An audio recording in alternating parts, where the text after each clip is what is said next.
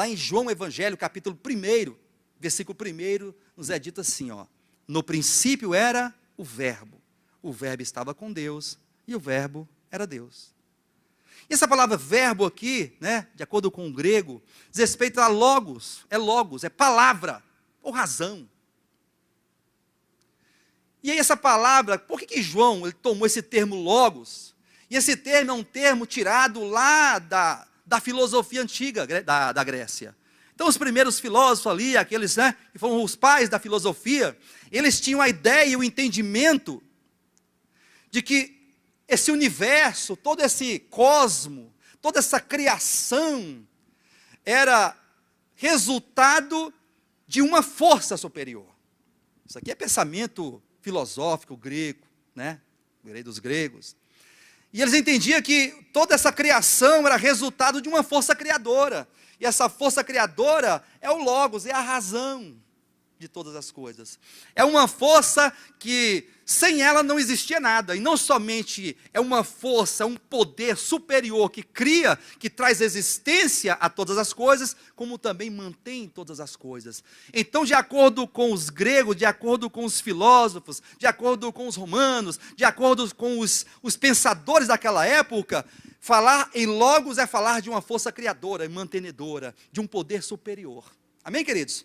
Aí João agora pega esse termo Logos, ele vai lá na filosofia, toma esse termo emprestado e fala: no princípio era o Logos, no princípio era o verbo, e o verbo estava com Deus, e o verbo era Deus. Esse verbo que vocês estão falando aí, essa palavra, esse Logos, que vocês estão dizendo aí que é o Criador e é o mantenedor, ele é Deus. Só que até aqui agora não falou muita coisa, né? É como se estivesse chovendo no molhado. É como se estivesse chovendo uma olhada. Vocês estão falando que existe uma força, vocês estão falando que existe um poder criador e mantenedor de todas as coisas, e eu estou dizendo para vocês que esse poder chama-se o Deus criador. Aí fala: o Deus, parabéns para você. Isso aqui, até aqui está tudo muito bem. Mas o versículo 14 de João, capítulo 1, diz: e o verbo se fez carne. Diga: o verbo se fez carne.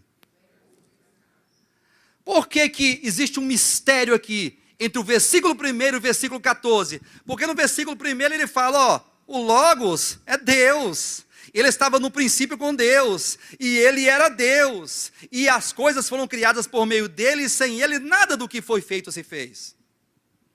Só que esse que criou todas as coisas, ele se fez carne, e habitou entre nós, cheio de graça e cheio de verdade. Porque as pessoas, ao olhar para aquele Cristo, ao olhar para aquele Jesus, para aquele Nazareno ali, com os pés empoeirados, andando de cidade em cidade, de aldeia em aldeia, toda ali na Judeia, e as pessoas viram quando ele nasceu e cresceu no meio dos meninos, correndo ali na circunvizinhança, e tudo muito comum.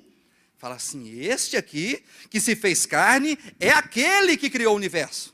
Então aqui está a grande virada, a grande sacada do Evangelho, é dizer: o verbo é Deus, o verbo criou todas as coisas, e esse que criou todas as coisas não ficou no anonimato, ele se manifestou, ele se fez carne, e se fez carne numa condição de servo, tendo sido feito por um pouco menor que os anjos, mas Deus o coroou de glória e de honra em ressurreição, e agora ele subiu aos céus, está sentado à destra de Deus, subjugando todos os seus inimigos e levando a cabo a salvação eterna dos eleitos.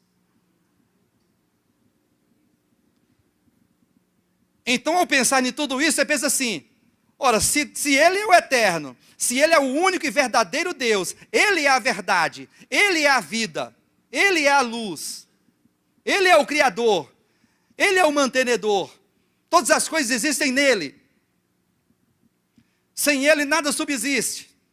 O próprio ser humano, nós existimos nele, e respiramos nele, e nele nos movemos.